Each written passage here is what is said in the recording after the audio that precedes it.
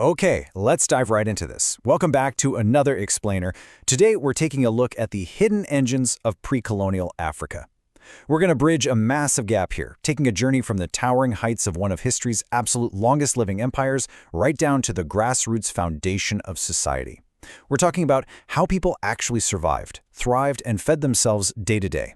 It's an incredible story of endurance, really complex economies, and some totally unexpected powerhouses.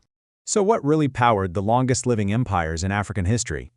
There's this fairly common misconception floating around that pre-colonial Africa lacked complex, long-lasting societal structures. But when you actually dig into the historical and archaeological records, they tell a completely different and frankly fascinating story. We're talking about immense stability and intricate economic webs that sustained massive populations for centuries. Here is our roadmap for today. First up, the Kanem-Bornu Empire. Second, trans-Saharan trade networks. Third, the roots of food security. Fourth, women in local industry. And fifth, masters of the market. All right, starting us off with Section 1, the Kanem-Bornu Empire, a macro view of longevity. The sheer scale of time we're looking at here is honestly staggering. Founded around the year 700 CE in the Lake Chad region, the Kanem-Bornu Empire survived, adapted, and absolutely thrived all the way up until European colonization in 1902. I mean, think about that. That is a 1,200-year lifespan. To put that into perspective, this single state endured through what Europe would call the Middle Ages, the Renaissance, and the Industrial Revolution. They converted to Islam in the 11th century, which integrated them even further into the global sphere. But the real secret to longevity? Geography? The Kanem-Bornu Empire sustained its vast power by dominating the incredibly prosperous trans-Saharan trade routes. They were basically perfectly positioned right between Egypt and Sudan in the east, various West African states to the west, and the massive Sahara Desert to the north. So they weren't just a kingdom, right? They were the ultimate middlemen of the ancient and medieval world, completely controlling the flow of wealth across a massive continent. Let's move right along to Section 2, Trans-Saharan Trade Networks, the Imperial Economy. On the ground, this trade network was a massive undertaking. The empire expanded to control key routes north to the Kawar Oases. From there, they exported vast quantities of local resources, especially things like salt and ivory. And in return, they traded for horses, which were absolutely essential for their military and societal status, while importing cutting-edge global technology of the time. We're talking weapons, books, beads, and cloth.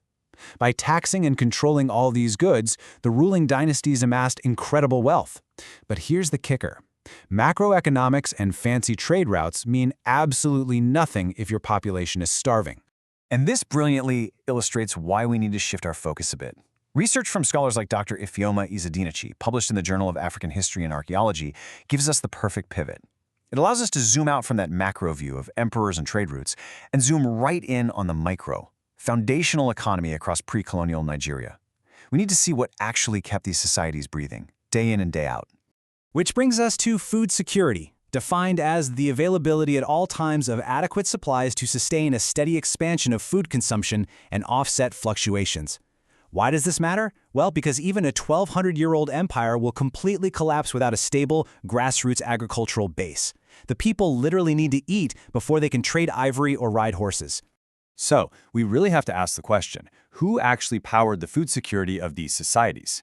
History so often focuses on the kings, the warriors, and the merchants. But when you look at the primary unit of labor, the family, a completely different hero emerges.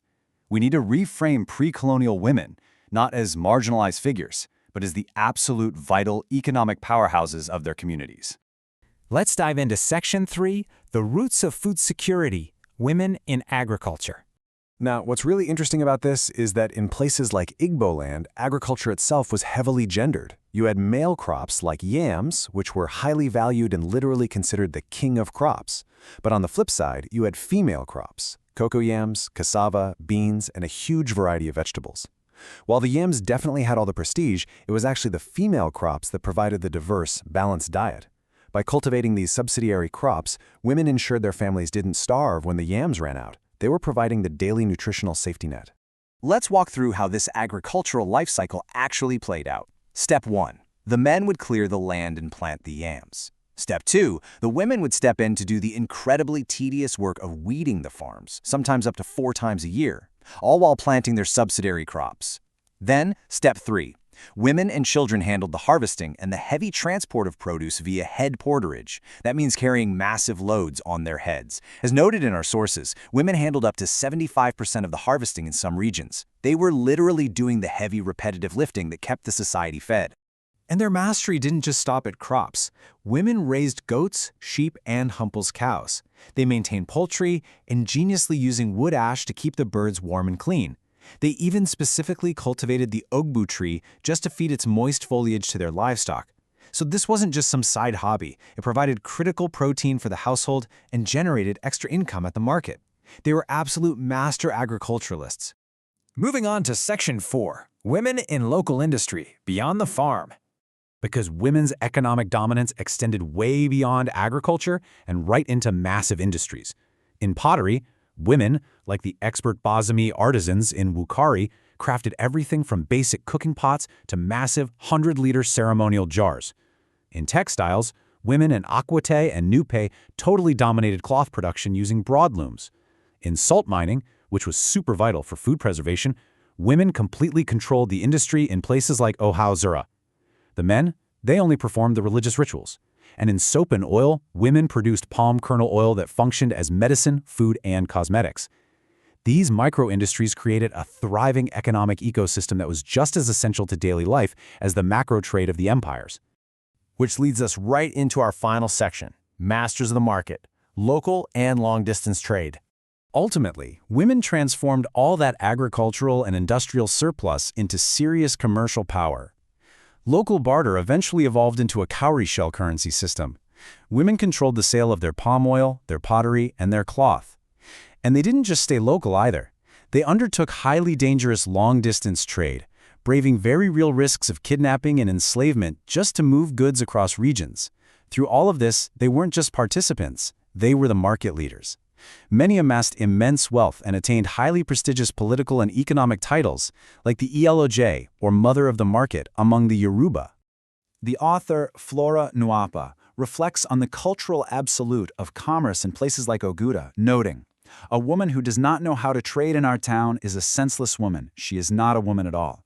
This just brings an incredible cultural voice to the data we've been looking at. It highlights just how foundational and socially expected female commercial skill really was. If you couldn't trade, you simply couldn't participate in the lifeblood of your community. So I want to leave you with this question to chew on. If pre-colonial women were the ultimate economic engines, powering the food security, the industries, and the markets that sustain these massive, long-living African empires, how does that reframe our view of history today? When we look back, we really shouldn't just see kings and trade routes. We absolutely must see the incredible, dynamic, and industrious women who built the true foundations of these societies. It's a powerful reminder of who really drives history forward. Thank you so much for joining me on this explainer, and I highly encourage you to keep exploring these fascinating historical narratives.